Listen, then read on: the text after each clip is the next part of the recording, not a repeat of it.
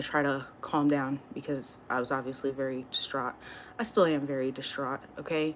But we're gonna talk about this because there's a lesson in every single thing that we do. And I have it, okay? So, to give you a little bit of background.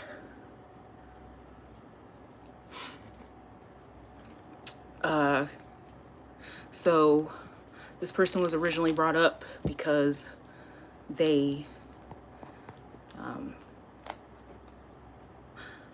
in 2020, I told them that I had herpes, right? And that was 2 years after we had ever been intimate. So obviously I am wrong. Okay. I don't listen. I'm not saying it's not like important or that the situation isn't bad. It's just I am able to accept consequences. So one of those consequences for myself, I still wanted to deal with this person, even though I thought that he had forgiven me because he'd come back, you know, he'd come back. But when he would treat me poorly, I would allow it because I understand that resentment, like the way we spoke, the way that we were when we were together was not nice. It was sweet. It was very sweet.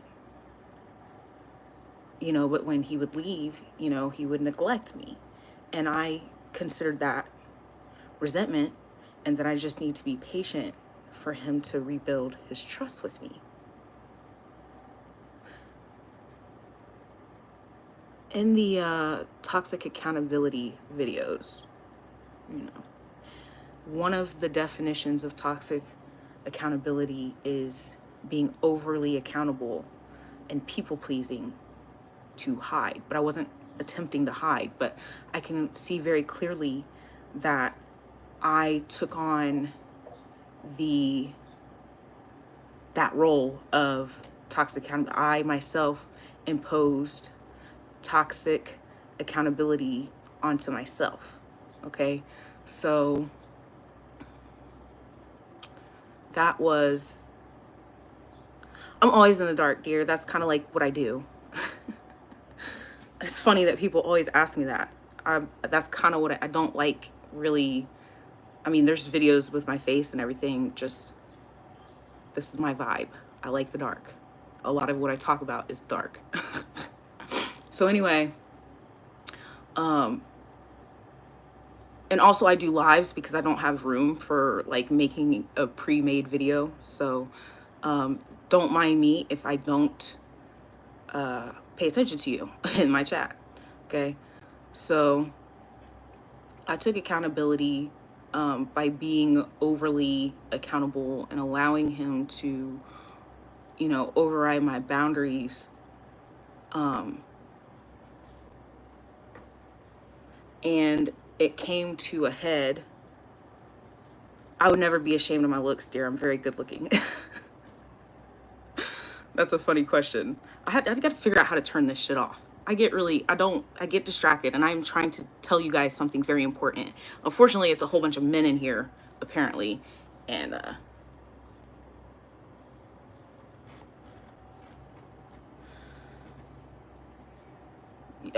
I have 790 videos. If you want to see my face, go find one.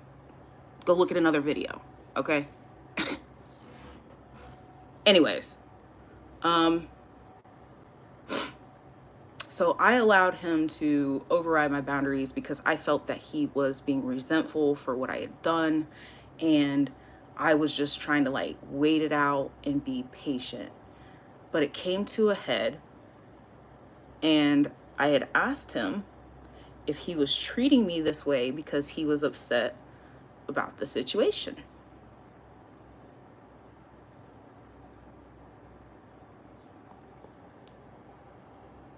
Oh, thank you very much. That's great.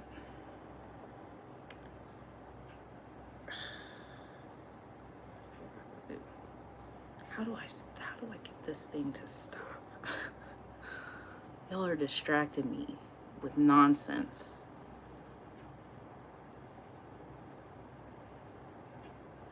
How do I get this stuff to stop? How do I block you?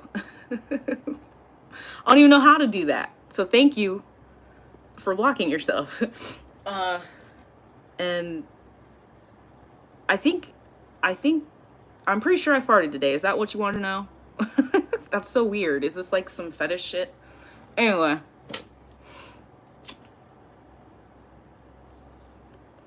Have I? See, now you got me thinking. But it's all right. I have beans for dinner. So I sure will at some point. Anyways.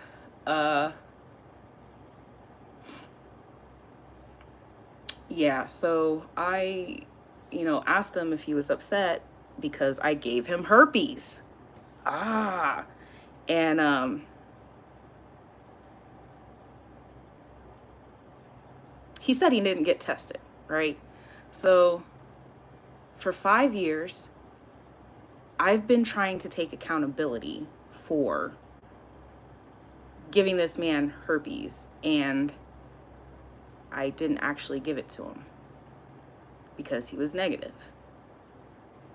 And so we both were being toxic because he was punishing me for giving him something that I didn't give him, and I was trying to like make up for giving him something I didn't give him.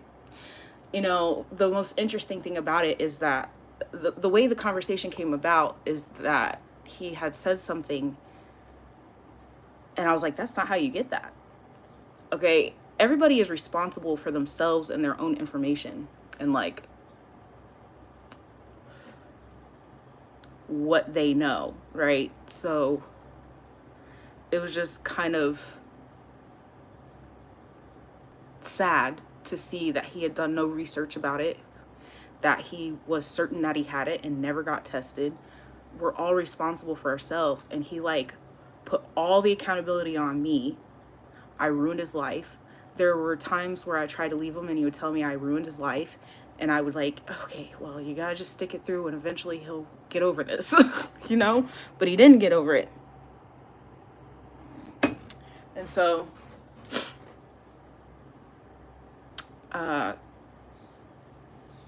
he might have told me he didn't want to deal with me anymore, but I had blocked him.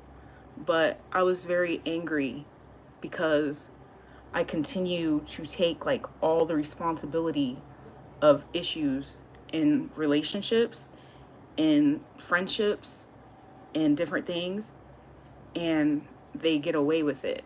Like, this situation is a lot different. I wouldn't say that I'm male-centered because I allowed him to get away with this stuff, because the majority of the people that are no longer in my life had way more time than he did. You know what I'm saying? I had friendships that were 20 years long, 10 years long with women. My cousins are all of those relationships are with women. So they were definitely given a lot of space to do me wrong as well. So I didn't give him anything more that I would have gave anybody else. The people recently in my life who were cut off rather quickly, that's just because I'm gonna cut my losses today instead of 10 years from now. But with him, it was 5 years of like being treated really poorly for something that I didn't even do. So I didn't speak to him for a month. I didn't text him or anything like that. But it's caused me so much distress that I ended up having to be on antidepressants. As of today, I've been on them for like exactly a month. But what she warned me of, and what I can see, okay, because when that incident happened over the weekend with my neighbor, she warned me that I would become more aggressive, possibly. and that's what she was looking for. She was trying to see if that would happen. And it has. And actually, yesterday, after I got off my live, I had called and left a message to let her know. So I'm already aware that my actions are not appropriate, and that I'm not handling it well. I'm just kind of upset that who's going to pay for this shit? You know? Who's going to pay for it? You just punished me for 5 years for nothing, and you just get to walk away and nothing happens to you at all. I'm not a person that's going to hurt you.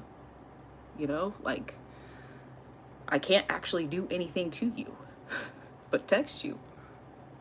And I do understand that he has a right to his privacy and his emotional safety. He has a right to that. So if he were to file a restraining order, then that would be his right because I violated his rights. It's just that I am now getting punished again. And I'm really mad. I'm really fucking mad.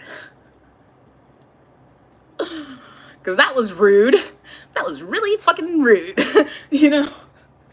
I'm still laughing about it. It's funny. I'm still laughing. But what I'm mad about is that I care for this person deeply.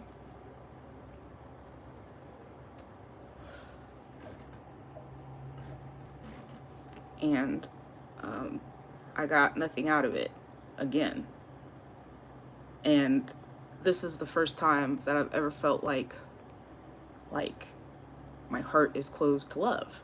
I've never really felt that way. Like, I have been open to love, but not like, okay, don't get too close. I can see that I have, like, you know, a disorganized attachment style. We've already discussed this, right? But the hope, you know, love hopes all things.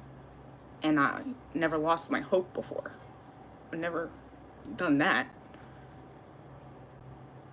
And this situation has caused me to lose hope, to feel unforgiving. And those aren't things that I commonly feel. Someone has been able to infiltrate and cause me to feel things I've never felt before that are negative. And that's not my essence. So